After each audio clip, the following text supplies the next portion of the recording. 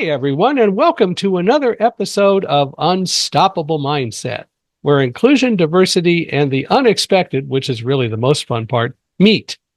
Today, we are getting close to winter, and I was just telling our guest, Michele Blood, that here in Victorville, we had a temperature this morning of 28 degrees. Lovely weather. And all the weather people complain about now it's getting cold.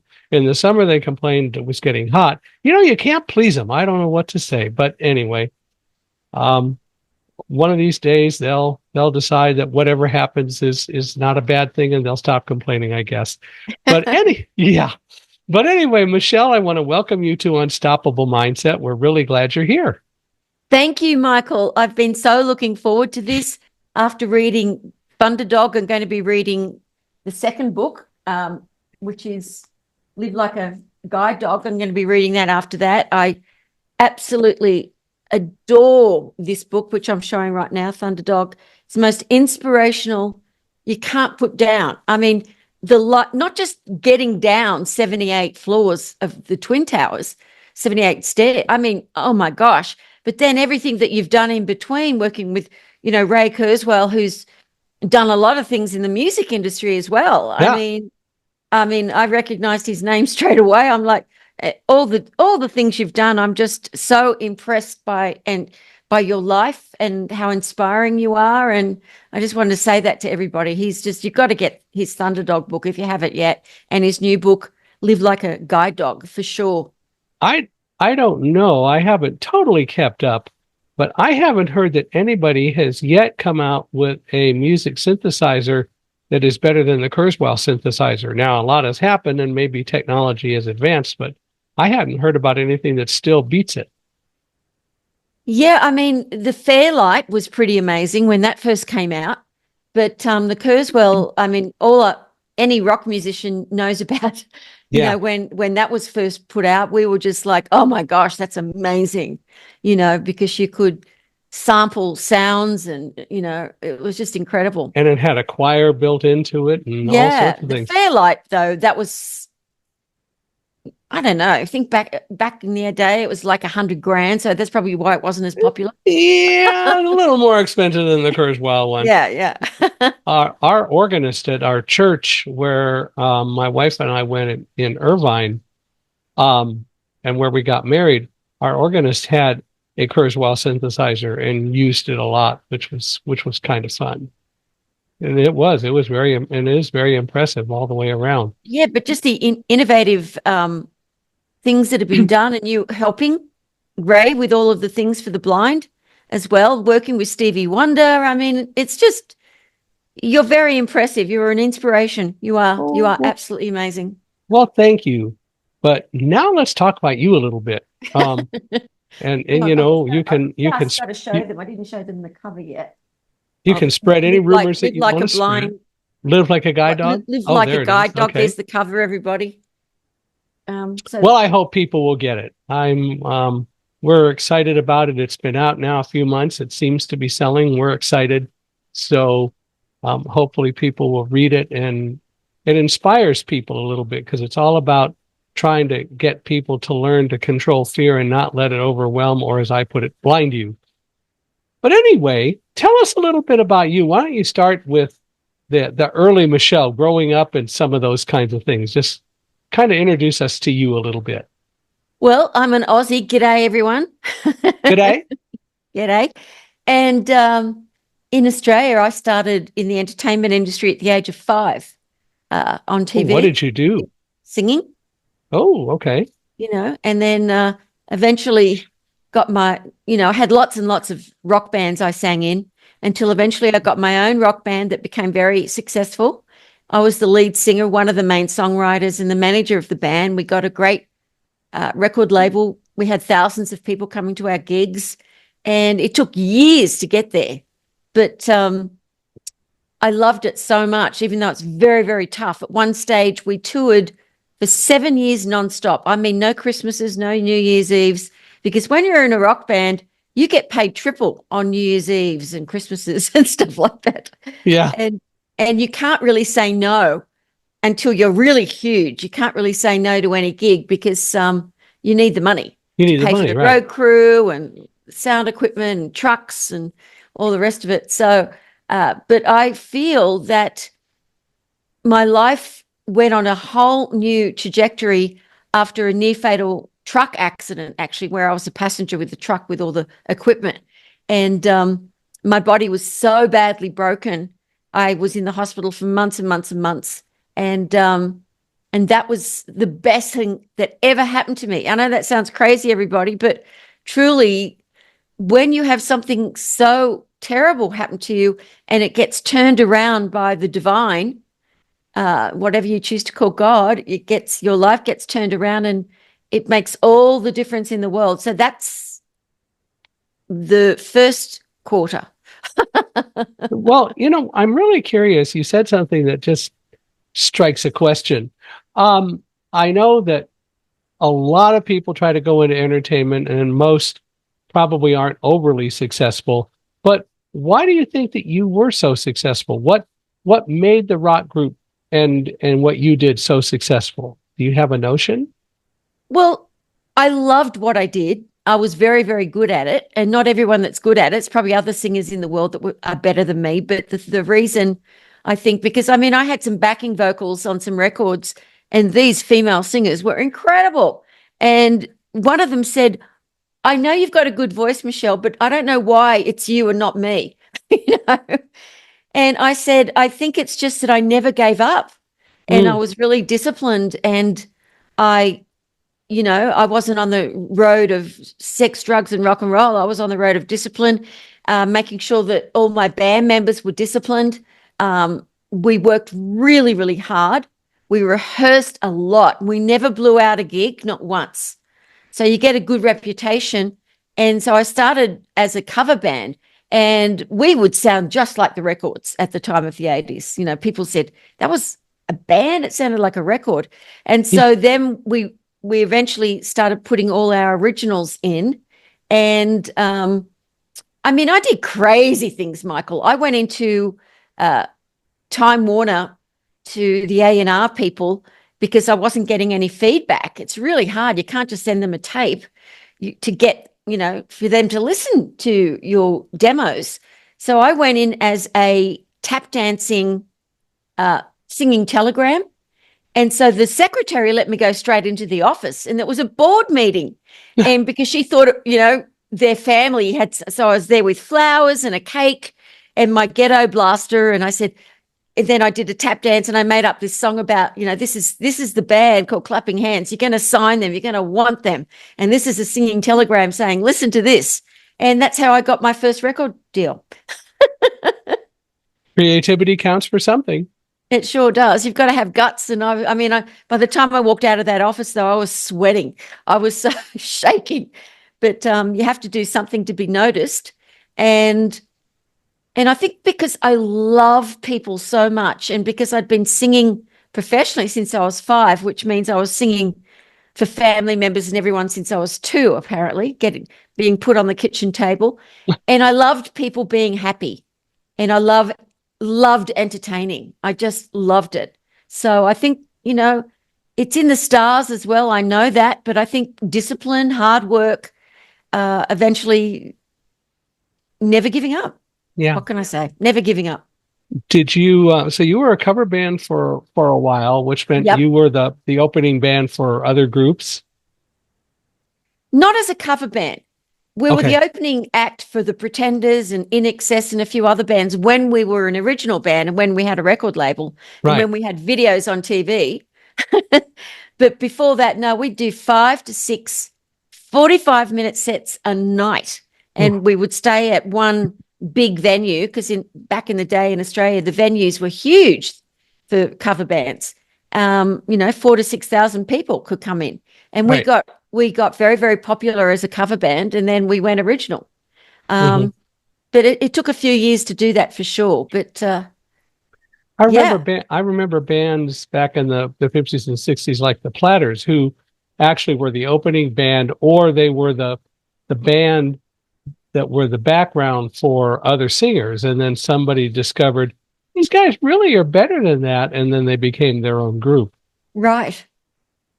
Yeah, yeah. It's interesting how how it all works out. But in Australia, it's a tough way to tour when you're a female singer, because the Aussies are pretty tough. If they don't like you, you can get beer cans thrown at you. Yeah, well, those kinds of things do happen. Yes, they did. In Boston, for sports teams, I've heard of fans really being very brutal to, like, the Patriots. I think when Steve Grogan was the quarterback, they actually booed him off the field once. It was pretty amazing. I don't know, people take some of these things way too seriously. They certainly do. I like what Oscar Wilde said. Life is too serious to be taken seriously. Yeah, yeah, absolutely. But people still do it way too much, Yes, they do. which is a problem. Yes. We need people to take life more like Mark Twain and Will Rogers, by all means. But Yeah, I concur. so you had a serious car accident, and as you said, it really broke your body. Tell us what you'd like to about that, and then how you dealt with it, because that that was quite a, I won't say miraculous, that was quite a marvel. You certainly took a leap along the way with that. Yeah, it's such a unique story.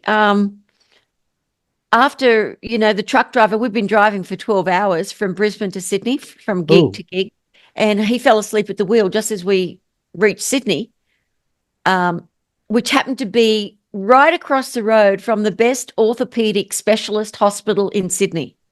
So thank you, God. yeah. There's no coincidences, there's no accidents.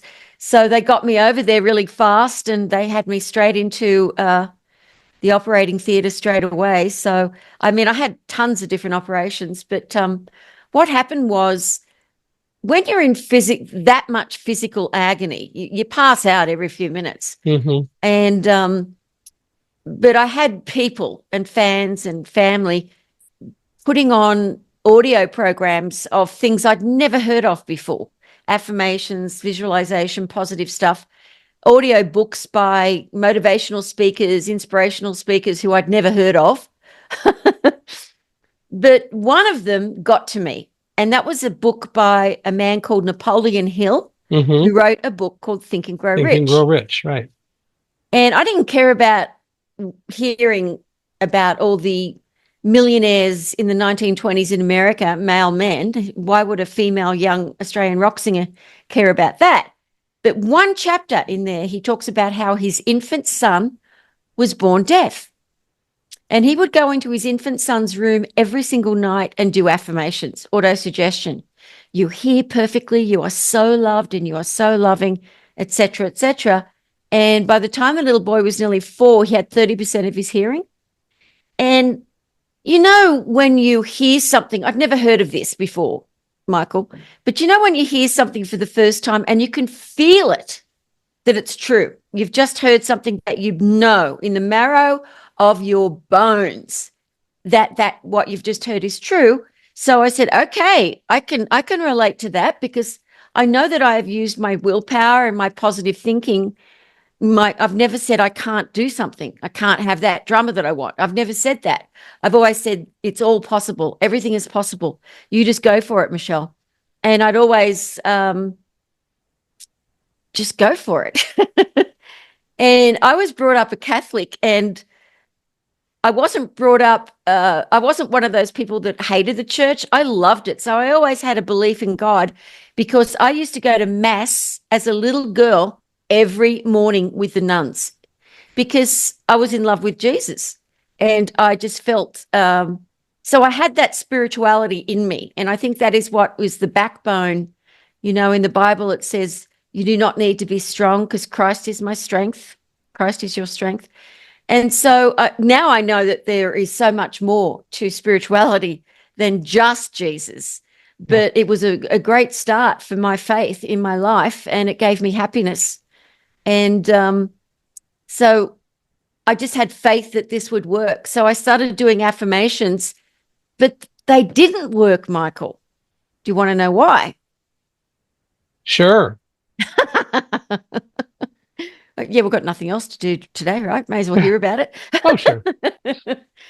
Well, because neuroscience has proven now that affirmations do work, and they do. Positive thinking actually does make a difference in the brain, in the neural pathways. It does make a difference. It ignites something in different parts of the brain. But back then in the 80s, there was no way to prove that, let alone Napoleon Hill in the 1920s. But the thing that he said was most important is you have to believe it. You have to emotionalize it. But I couldn't, Michael. I couldn't emotionalize it because I started an affirmation. I am healed. I know I am. I love myself. I am my friend. Now, none of those things were true. So I thought, but I did want them to be true. So I thought, great, I've got the perfect affirmation. But when you are feeling like you're feeling and the world around you is presenting the opposite of what you're saying, your doubting mind spits it out and does not believe it.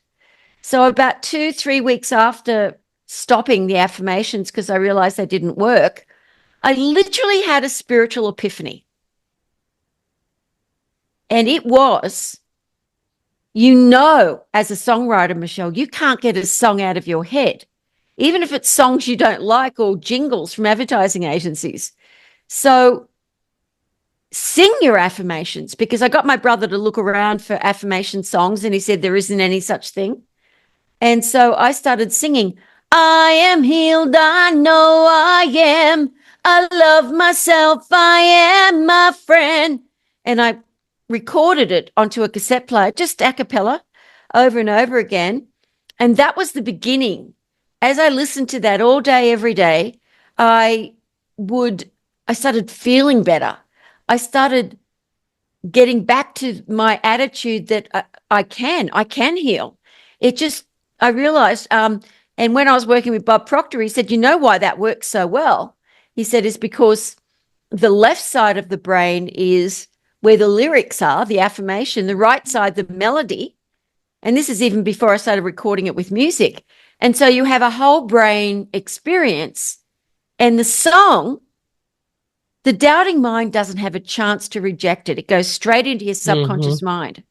So that's how my positive affirmation pop music began. I didn't stop doing my other music, but I did have what they said, even the doctors, even though they're not supposed to say it, they said my healing was miraculous. And I ended up on TV shows and in the press and everything about what I'd been through for inspiration, and that's how it all began. It really is all about believing it. It's so easy just to say something, but without truly accepting it, without truly making it a part of your psyche, however you do that, it doesn't mean a thing. Don't mean a thing if it ain't got that thing. Yeah. Do up, do up, do up, do up, do up. Yep.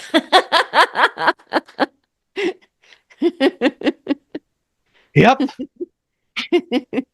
Music makes the world go round. It does.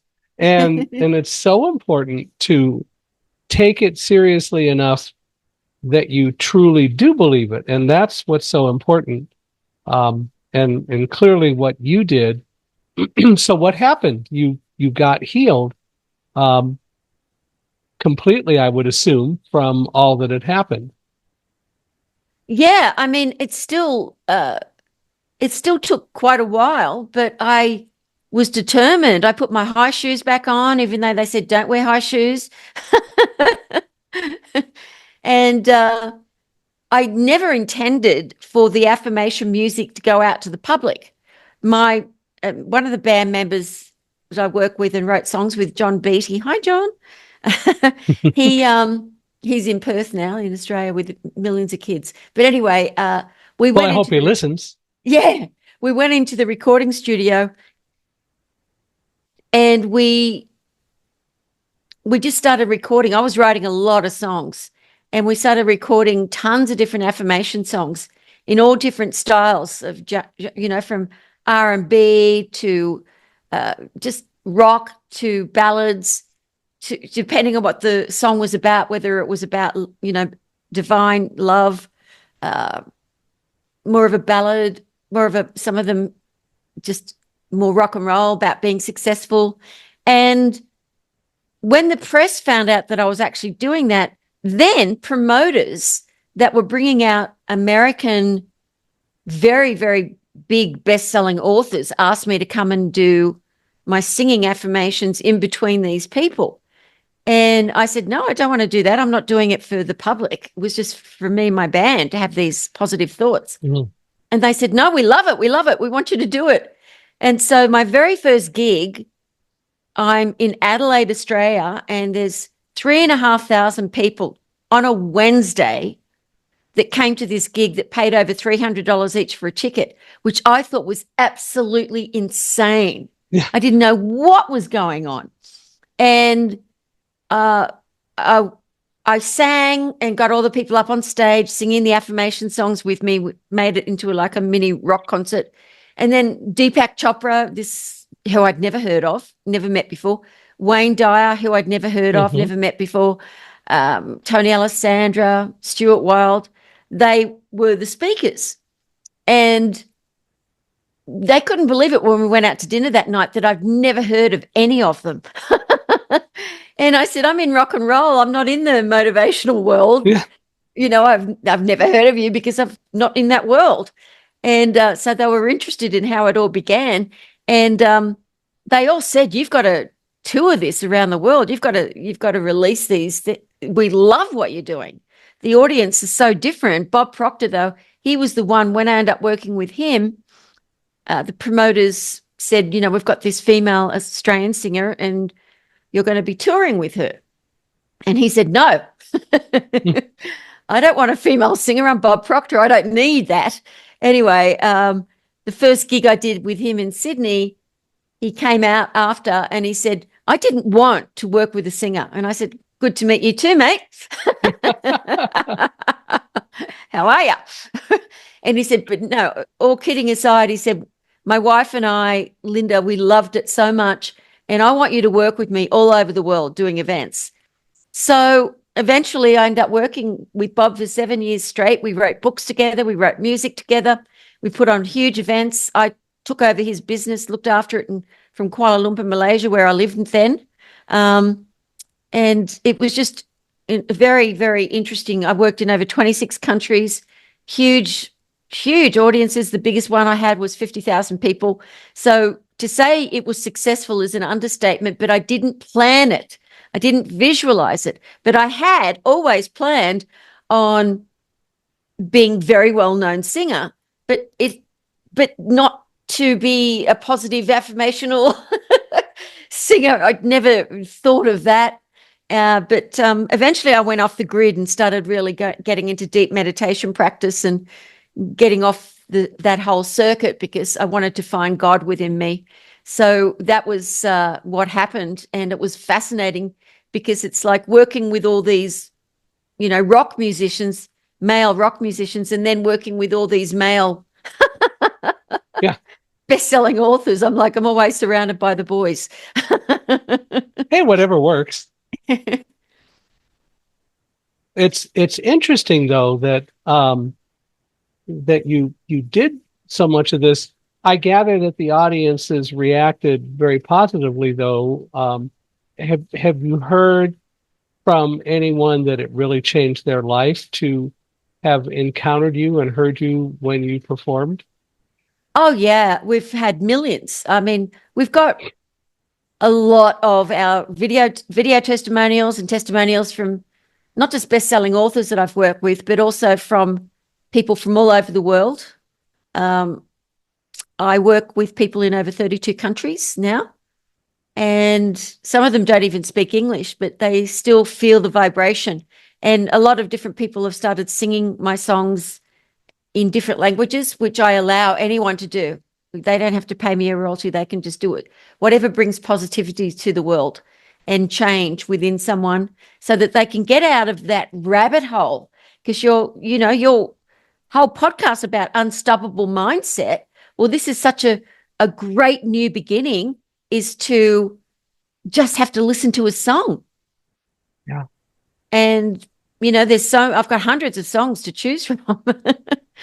So it's a good way to start, because music, like I always say to people, if you have the blues, even though I like blues and I think it's brilliant, but if you have the blues, probably best not to listen to the blues. Yeah, I was just going to say. Definitely true. Well, of course, one has to ask, if you have one, not necessarily long, but that you want to sing for us all. Yeah, I can. I didn't have anything set up, but if you'd like to chat for a minute, I'll just get something set up for you. Well, okay, we can do that. So I do agree with you that if you've got the blues, you don't want to listen to the blues. I personally like happy stuff. I like musicals, especially when they're happy musicals. I've always enjoyed that. I do listen and read science fiction and sometimes read some pretty horrific things, but I've noticed later in my life I'm doing less of that, because although I like mysteries, I don't like nowadays really graphical or very graphic murder mysteries and things like that. And so people call the kinds of things that I probably typically like cozy mysteries. I wouldn't say that Rex Stout books about Nero Wolfe, the private detective, are necessarily cozy, but by the same token, they're not the most graphic things. And I've always enjoyed them because they're puzzles. And I love mysteries that are really puzzles that I can become engaged in and try to solve. And musicals I like just because they're fun, and they're very happy for the most part, and so again they're very relevant to want to listen to. So I tend to do that. So it's a lot of fun to keep in the spirit of reasonably happy and stay away from the blues. Okay, I've got something set up now. All right. Saying low battery, but sorry. What happened there? There it is. There it is. Well, this song's called Synergy. I wrote it with Bob Proctor. Can you hear the music? it's a little low, but yes, go ahead. Better? Yep. There's a way to get it moving, to make it happen, to get high. Get only planted in the clouds. Join thoughts and make them fly. When your mind joins in with others and all your thoughts melt into one, thought energy begins to sizzle and a new force has begun. It's energy, burn out energy, positive energy turns into synergy. It's synergy, hot energy, positive energy turns into synergy. When your heart is joined together, creative power starts to flow. All these things begin to happen. You're a charge from head to toe. With synergy, red out energy, positive energy grows into synergy.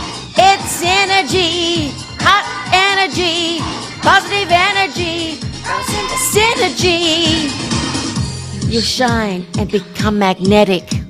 You'll draw the good in people out. The world will be a better place, and everyone will start to shout. Emulating, invigorating, emulating and vibrating. Face to face, build the energy. Taste the taste of the synergy. Thoughts melting into one. A new force has begun. This is synergy. Red hot energy. It's energy, red hot energy, positive energy turns into synergy. It's synergy. There you go. Now that's Bob Proctor wrote the lyrics for that. But And who was the male voice near the end? the male voice was an American guy who was singing covers in Kuala Lumpur when I lived there. Okay. And I just hired him to come and do that. Cool. in the studio in Kuala Lumpur. Yeah. But the other affirmation songs are more simple, but they've still got, like a good dance beat. Some of them are ballads, greeting the day with love in your heart. It just depends on where you want to take your mind that day. Do you want to open your heart? Do you want to be listen to the persistent song? Do you want to feel more successful? You listen to the success song, which is like 50s rock and roll. So they're all different. They're all different productions. So it was a lot of fun changing the different styles for each song, depending on the lyrics.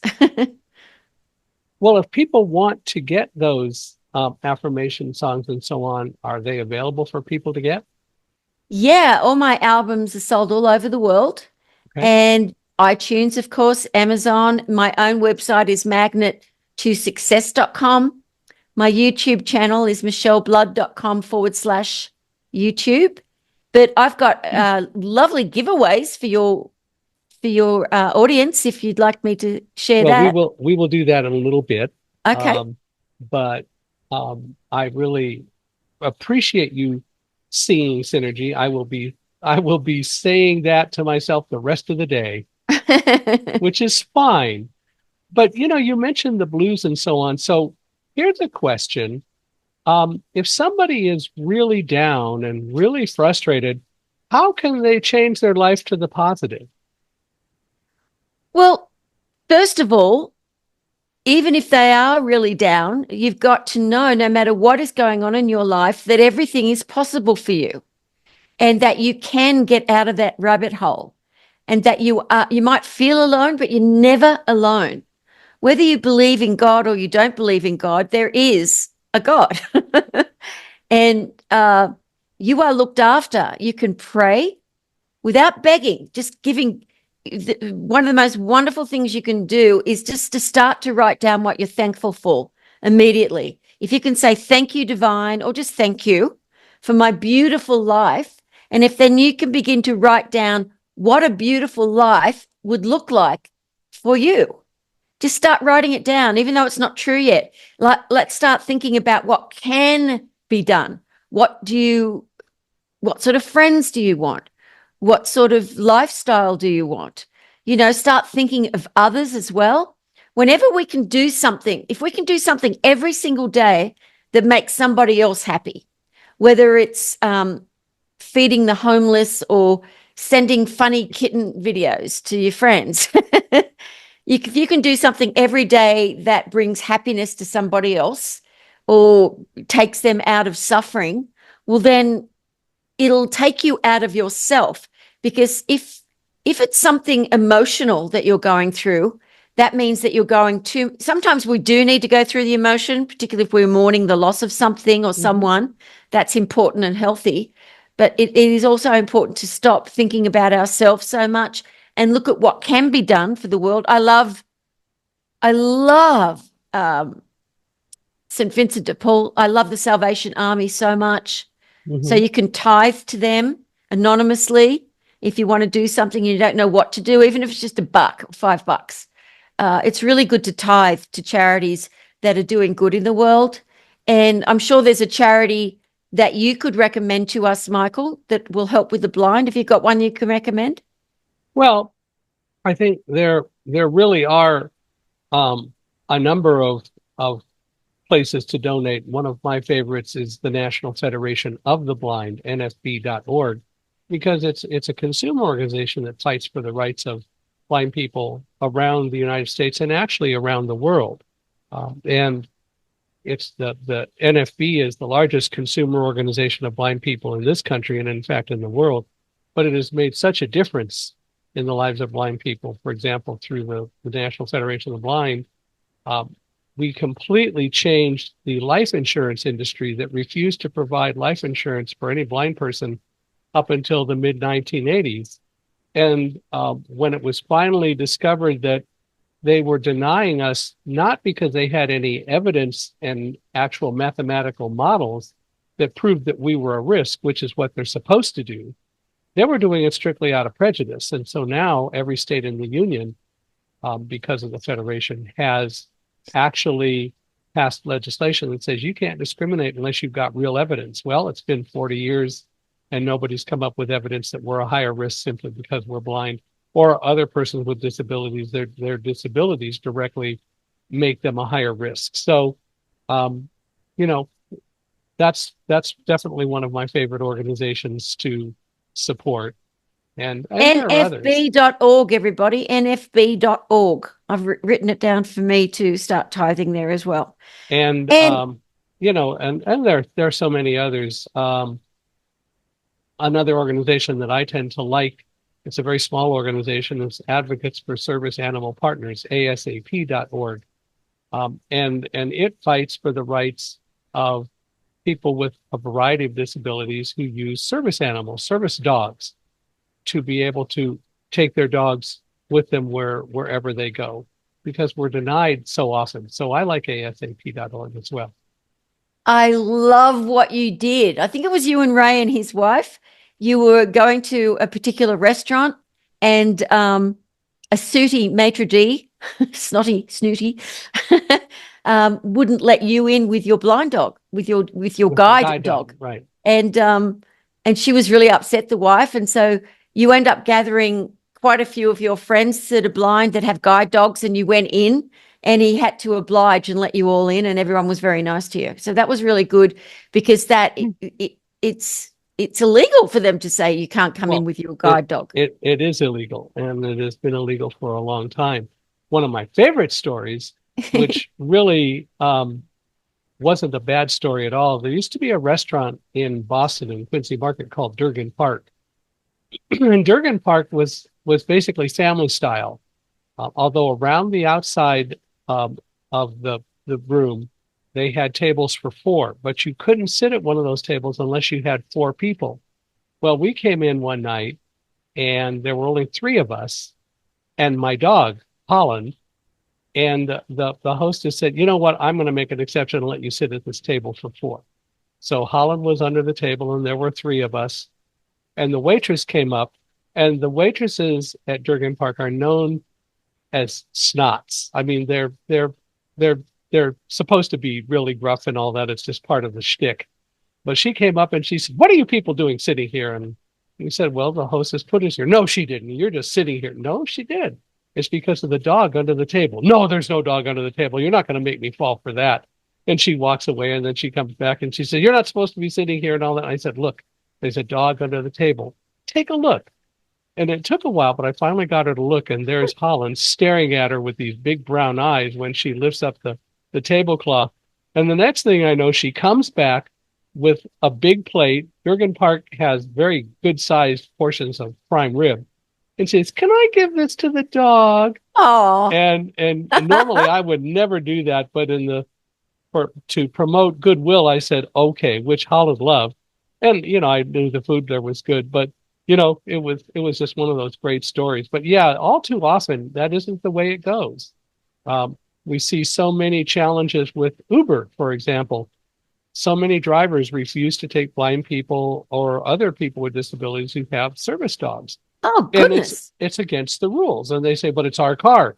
No, you signed a contract that said that you are going to transport the public, so it is illegal for you to deny us, but they do. And that's one of the things that ASAP, for example, is really working on to address, to get Uber to recognize that it has to enforce the law like everyone else. But it's a challenge. People come from all sorts of different points of view, you know. With a name like Uber, how could they do that? They're not being very Uber. Well, there you go. Wow, that's interesting in this day and age. Absolutely amazing. It continues all There's too still often. So many people have slipped into something more comfortable like a coma. Yeah.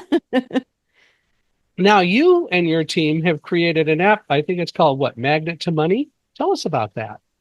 Yeah, it was interesting. Thanks, Michael. I wanted to do, because sometimes people, like you were talking earlier, how do they get out of their, you know, their depression or whatever they're going through that they're feeling? How do they get out of that rabbit hole? So if you're feeling that way and your mindset is in a negative state of mind and you're emotionally not feeling well, well, then it's very, very challenging for you to want to put on some positive, affirmation music. Because I know when I was in the hospital, if people came in and they were too chirpy, I couldn't wait for them to go because I wasn't oscillating at that frequency. Yeah.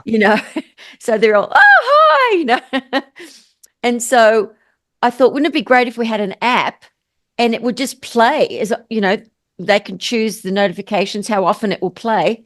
And so Holly Fuller, Trevor Rogers, and Johnny and Dara and myself, we worked really hard, especially Holly Fuller, to develop this app. And it took about 2.5 years to develop it. And it's got morning meditations. It's got tons of affirmations with music underneath. It's got a sleep program to help as they're sleeping, people are sleeping. I'm very softly saying affirmations and positive, feed to their minds. And it's also got notifications. So the Magnet to Money song will play whenever they want to. So they don't have to even remember to. And eventually, like someone the other day said, she was in a bank and she had the Magnet to Money app and she had it as her ringtone as well. And she's in this big bank that was hardly anybody in there, but it was quite chamberish, echoish. And she said, and her phone was on pretty loud. And it started, I'm a magnet to money, came on really loud. And everyone started laughing. They're like, well, that's sort of, I guess, a good thing to play in a bank. Yeah, it works. So, yeah, the Magnet to Money app is fantastic app. It's got so much on it. And it's got an audio book you get for free from myself and Bob Proctor called Magnet to Money Through the Sea of Unlimited Consciousness, one of our books that we did as an audio book. And we've also got a free app because that Magnet to Money app is only about, I think it's $4 or something a month. But the Affirmation Power app is free. And on that, tons of affirmations plus my affirmation music videos is on there as well. So that's free if anybody wants that. So, yeah. So is that available with Android and Apple and iPhones? No, just Apple at the moment because to develop for an Android is much more complicated because there are so many different companies. Phones, yeah. Yes, whereas Apple, it's just the iPhone. But we do intend to, but it's, we've got the Manifestation Video app as well, and we've got a new app coming out, which is all my audiobooks. And I'm doing a new audiobook every month, not just my books on audio, but other people's books on audio as well. And then the next app after that is a prayer app, talking about prayer, how to pray, and for me, teaching people the power of prayer. So it's really lovely to be able to do apps that have got positive, the very, very, if they were to buy all those individual products from me, it'd cost hundreds of dollars. And this way it's just a few dollars a month, all free for them to get all my positive songs and books and all that sort of thing. How do people search for these apps then in the App Store? I think that if they just look under Michele Blood. Okay. Under my name. Yeah. Okay. So they'll just come up. Well, I will be doing that this afternoon. I think that's pretty cool. In our world today, we've become so materialistic in so many ways. But at the same time, a lot of people have really become students of your affirmations and so on. How did they really become students? And I think even more important, one of the questions that I would ask, how does it really transform, or did it really transform people's consciousness and set them on a road toward a more spiritual path? Because I think in so many ways we don't see people doing that. And at the same time, I know there are a lot of people who do, but by the same token, there are so many people who go, oh, this is just all hokum. It doesn't really mean anything, but that's just not true. Well, I think it's an interesting question to answer because there are so many different types of people in the world.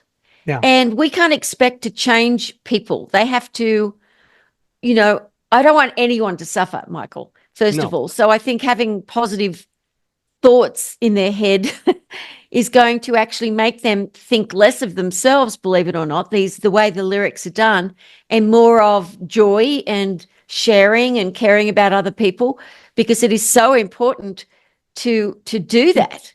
Because people, if they get too much into themselves, like I say to people, don't buy anything if you're buying it for someone else to compliment you. That's a really good way of deciding what you're going to purchase in your life. If you're doing it to say, oh, I've got this really nice car, look how great I am. But get it, if you want a good car, get it because you want a nice, safe car that's good for the environment, but don't get it so that you will impress other people. Unless you're a real estate agent, they do need good cars, apparently, to drive people around. Yeah, I guess so. Drive people around. But or drive people crazy. But yeah, but I also think it's important that that if you want to, you can't tell someone to be more spiritual. They have to get into a positive frame of mindset first, because when you're in a positive frame of mindset, you start feeling more of a heart glow, more love. And even if you don't believe in God, you believe in love, everybody. I know you do. So whether it's your animal that you love, because every animal is an angel, whether it's nature, remembering to stop and smell the flowers, remembering to not let yourself complain. Complaining will take you down a rabbit hole of absolute negativity. And please, people, remember, the only reason you're complaining is because you're feeling fear about losing something or not getting something that you want. And so if you can stop complaining for 28 days straight, you will change your life. And I know that sounds impossible, but many people can do it because I've seen my students do it. So if you can stop complaining and stop if you're halfway through a complaint about something or someone or politics or Trump or whatever in the hell it is, stop yourself halfway through and just say, why am I complaining? And people are complaining because they're in fear. If you can stop and be mindful enough to say, I'm complaining because I'm afraid of something and I don't want to face it, and find out what you're afraid of, the thing that you're afraid of will dissipate. Yeah. It really will. So I think that's a really good place to start, listening to the positive songs for sure, going to every single Unstoppable Mindset podcast you possibly can go to, reading Michael's books, and also just knowing that you can get out of that rabbit hole. It is totally possible. And I've seen it in people from all different cultures and religious backgrounds all over the world. I've traveled to so many different countries and have so many different audiences, and everybody wants to be loved and be loved in return. And everybody wants to see other people happy. At their core, they really do. We don't want to make people unhappy, do you? So stop complaining. It's interesting that you talk about all this. One of the things that we talk a lot about, and you'll see it in Live Like the Guide Dog, is that we need to become more introspective, because if we do, and if we really look at ourselves daily, and for example, look at what worked today, what didn't work, why didn't it work, you eventually get to, what was I really afraid of? And if you really stop to think about that and go, I didn't need to be afraid of that, your life will change, which is really, as you're pointing out, what it's all about. Excellent. I'm looking forward to reading that as well. And then I've already told everyone to get Thunderdog on all my lists, but now after I read the next one, I'll be telling them to read that as well, because we're on the same page, Michael. Tell me a little bit about something I read in your bio, how you went from affirmations to a full Kundalini awakening. Well, when I was working with Bob Proctor in Asia, I was saying to him one day, I feel this heart glow. Like I feel like my heart is out of my chest and I feel such deep love. And it's not for any person, place, or thing. It's for everything, actually. But it's beyond that. It's divine. And he said, you're looking for an enlightened teacher. That's what you need. And I said, well, where do you find an enlightened teacher? And what exactly is that? And he got me to read Autobiography of a Yogi by Paramahansa Yogananda. And I'd read it before, but I didn't really get it like I did this time when I read it. And I realized that enlightenment wasn't just one person. People can actually meditate and go into higher states of consciousness. But I wasn't thinking of how is an enlightened being around in this modern world? That can't be right, because it must be like, unless it's Asia, maybe. He said, I don't know. He said, I did have a Canadian man who was enlightened, who taught me for 3 years before he died or left the body. And he said, you just have to pray for it and know that the teacher and the student will find each other. It took me 14 years of searching all over the world. And eventually I found an enlightened teacher in all places, America. And I decided to go off the grid. And I really had to study with her as a student, because she didn't like us to be on Facebook or social media. She said, you don't want attention on yourself when you're studying with me, because you want to be able to go in deeply. Yeah. So I went off. I studied with her for 12 years, but after the first few years, I went into a full awakening myself, never expecting that. Didn't expect it to happen to me. I thought, how could a rock singer from Australia have a Kundalini awakening? But I did. And now I love to teach mysticism and spirituality and meditation practice to students from all over the world. And I love to do it. I think there's so many tools in the toolbox of life, whatever sort of personality you have, whether you're extremely religious or you just want to have a more positive outcome, you want to become healthier. I think meditation practice is good for everybody. You do not have to be religious or think of spirituality to enjoy a quiet mind. It'll slow down your blood pressure. It will give you, pump your blood. It'll stop your mind from going down a million rabbit holes where your senses take you. I just think meditation practice is a miraculous, privileged thing to do. I agree. And, one of the things that, it's a little bit off topic for what you just said, but we were talking earlier about people praying and looking for so many things. I'm amazed at how many people pray to God, telling God what they want and what they think they need. And I'm sitting there, whenever I hear about that today, especially, I think, wait a minute, God already knows that. What you need to do is to listen to get the response and thank God for the response. But people just don't do that. I'm just so amazed at that. But it is so true that we spend too much time not doing the thing that we really need to do, which is listening and talking with God, not talking to God. Yeah, that's why I'm loving recording the new prayer app, because I explain to people what prayer actually is. It's not, if you do this for me, God, I'll stop eating pizza. Yeah, right. Or maybe I'll trade start. off. So I teach people what prayer actually is. And it's really the most sacred thing and beautiful thing, and it will uplift you. Even if you just I've got a section where I'm praying for others, so they can just listen to any different topic of what type of prayer. But the main thing for me was doing the introduction on what prayer is and how to pray, because so many people have no idea what prayer really is, that communion with your higher self. And once you get to understand what that is, then you can hear that still small voice. You can literally hear through, your intuition becomes stronger. And intuition is you being in tune with your higher self. And your higher self is omniscient wisdom. It created everything. So it knows what to tell you to do. And it will bring into your experience everything when you accept, when you can be open and receptive to receive and to give. Just sort of let yourself go. Just surrender to that divine higher self. When you can learn how to do that, that's another thing that I do on this prayer app, is teach you what surrender really means and how you can do it. It's not taking your willpower away from you, because that's a gift that we've been given so we can make good choices in life. Sometimes bad choices, but we can use our willpower to get ourselves out of that rabbit hole. So thank you for asking that Michael. It's extremely important to be able to do that. Well, you mentioned earlier that you had gifts for people listening to this podcast. Love it if you tell us about that. Yes, yummy gifts.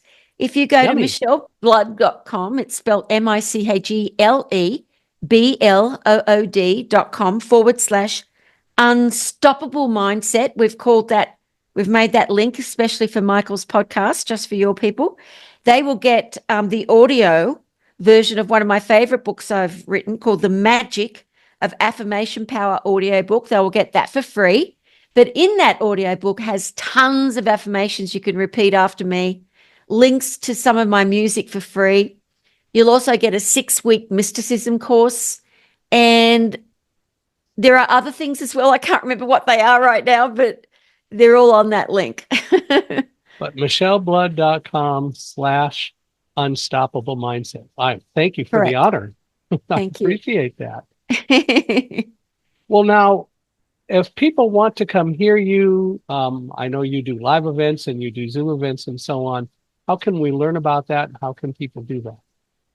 Well, they can go to requestdivinelight.com to find out what is my next event, because I have free events a lot of free Zoom events people can come to, and you'll just get to meet so many happy, lovely people from so many different countries, and we just have a blast together.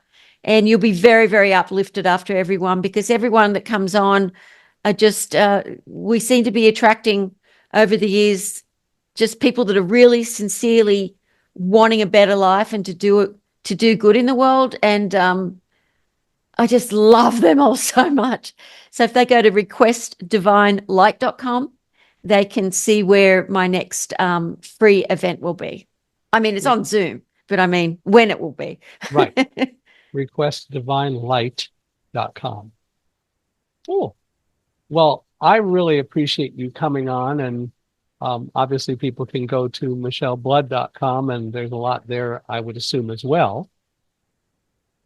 So hopefully people will go check out everything that's there, and we'll take this seriously, because I think there is so much that you have offered. We've had a number of people on Unstoppable Mindset who talk about everything from Reiki to Eastern medicine, meditation, and so many things. They all can't be totally wrong. So from my perspective, they are not wrong. But by the same token, it's fun to be able to get a chance to have you on. We'll have to do this again, and I'm going to certainly go download the apps and put them on my nice little iPhone and start taking advantage of them. But I really appreciate you coming on and being with us for an hour today. Well, Michael, thank you for the books that you've written and everything that you've done in the world. I just think you're just an inspiration and just a lovely, lovely man. So thank you. It's lovely getting to know you, and I'm just going to tell everyone about these books because they're amazing, well written as well, just really, really good. Well, thank you. So when are you going to do a podcast? I'm going to do a podcast with a man called I just had a brain fart. Thomas Miller. Uh-huh. At the moment, his podcast is called Subconscious Mind Mastery, and he's interviewed me quite a few times when we met in person. And I love his outlook on life about really not saying no to anything that's mystical. And so we're going to start one next year together. He's already got his own, but this will be a different one where we'll go a little deeper, a deeper dive into mysticism, I think we're going to call it. Well, if he needs a guest for his existing podcast, if he has guests, or when you guys have your podcast together, if you ever want a guest, I volunteer. So I'll just I'll tell him today. Goodness. Okay. Yes. Well, I'm always open for that. I'll tell him today. Yeah, because I love you. Well, I want to thank you for being here, and I want to thank all of you for listening. I hope you enjoyed this at least half as much as I did. Hopefully as much as I did. This has been a lot of fun and educational, I think, in so many ways to help us deal with our outlooks on life. I'd love to hear your thoughts about it. Please feel free to email me, michaelhi@accessibe, ACCESSIBE.com, or go to our podcast website, www.michaelhingson.com/podcast, and that's MICHAELHINGSON. So michaelhingson.com/podcast. And wherever you're listening, please give us a 5-star review. We really value your reviews. And of course, love the 5-star ones. So if you can, we would really appreciate it if you give us a 5-star review and say good things about us, and go off and definitely visit Michelle's pages. And of course, being very prejudiced, go to micheleblood.com/unstoppable mindset and get some free gifts from her.